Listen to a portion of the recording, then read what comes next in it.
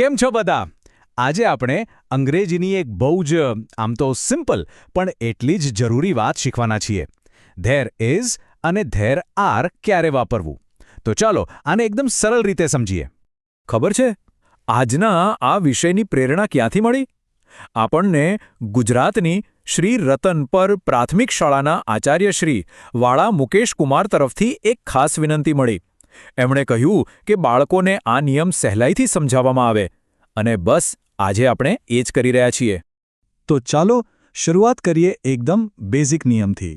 સૌથી પહેલાં જોઈએ કે આ ધેર ઇઝનો ઉપયોગ ક્યારે થાય છે.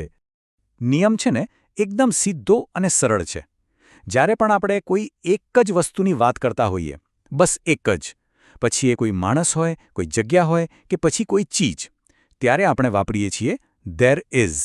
હવે આ જુઓ, અહીં અંગ્રેજી અને ગુજરાતી બંનેમાં ઉદાહરણો છે, જેથી સમજવું એકદમ સહેલું થઈ જાય.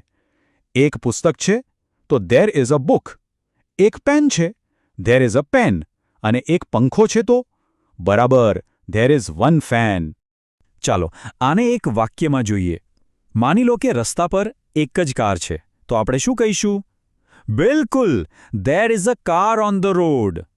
અચ્છા, હજી એક ઉદાહરણ લઈએ જેથી મગજમાં બરાબર બેસી જાય.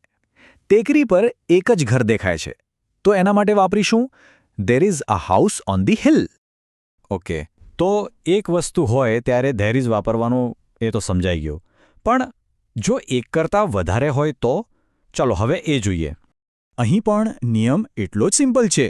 જ્યારે આપણે એકથી વધારે એટલે કે બે કે તેથી વધુ વસ્તુઓ, લોકો કે જગ્યાઓ વિશે વાત કરીએ ત્યારે આપણે ધેર આરનો ઉપયોગ કરીએ છીએ. સીધી વાત બહુવચન માટે. અને આ સ્લાઇડ પર જુઓ, બહુવચનના નિયમને કેટલી સરસ રીતે સમજાવ્યો છે. 2 વૃક્ષો છે એટલે ધેર આર 2 ટ્રીઝ. 3 પક્ષીઓ છે તો ધેર આર 3 બર્ડ્સ. અને આકાશમાં તો કેટલા બધા તારા હોય એટલે ધેર આર મેની સ્ટાર્સ. ચાલો એક બીજું ઉદાહરણ જોઈએ. ડેસ્ક પર 5 પેન્સિલ પડી છે, તો શું કહેવાશે? વિચારો. હા, ધેર આર 5 પેન્સિલ્સ. અને બહુવચનનો કોન્સેપ્ટ પાક્કો કરવા માટે આ છેલ્લું ઉદાહરણ. પાર્કમાં 2 કૂતરા રમી રહ્યા છે, તો વાક્ય બનશે there are 2 dogs in the park. Okay, તો આપણે ધેર ઇઝ અને ધેર આર બંનેને અલગ અલગ તો સમજી લીધા. હવે સૌથી મજાની વાત, ચાલો બંનેને સાથે મૂકીને જોઈએ એટલે આખો તફાવત એકદમ પાણી જેવો સાફ થઈ જાય. તો આખી વાતનો સાર બસ આટલો જ છે. વસ્તુ કેટલી છે એ ગણવાનું. જો એક બિલાડી હોય તો ધેર ઇઝ અ કેટ, અને જો એકથી વધુ, માની લો કે 4 બિલાડીઓ હોય તો ધેર આર 4 કેટ્સ. બસ આટલું જ છે. ચાલો હવે એક નાનકડી કસોટી. આ ચિત્રમાં જુઓ, એક તાર પર 4 પક્ષીઓ બેઠા છે, તો અહીંને શું આવશે? ધેર ઇઝ કે પછી ધેર આર? અને સાચો જવાબ છે ધેર આર 4 બર્ડ્સ. કેમ? કારણ કે પક્ષીઓ એક કરતાં વધુ છે એટલે બહુવચનનો નિયમ લાગુ પડશે. ભલે આ નિયમ એકદમ નાનો અને સહેલો લાગે, પણ સાચી અને સ્પષ્ટ રીતે અંગ્રેજી બોલવા માટે આ પાયાનો પથ્થર છે. આને સમજ્યા વગર વાતચીતમાં ભૂલો થવાની શક્યતા વધી જાય છે.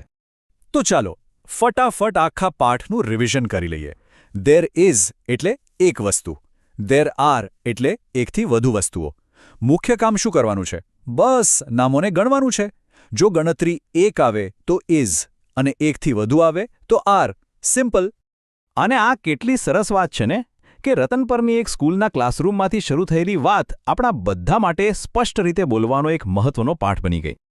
અને અંતે ચાલો એક વિચાર સાથે આ વાત પૂરી કરીએ. ભાષાનો આવો એક નાનકડો, સરળ નિયમ શીખીને આપણે કેટલી બધી નવી દુનિયાઓ બનાવી શકીએ છીએ, કેટલી બધી નવી વાર્તાઓ કહી શકીએ છીએ. એક નાનકડા નિયમમાં કેટલી બધી શક્તિ છુપાયેલી હોય છે, ખરું ને?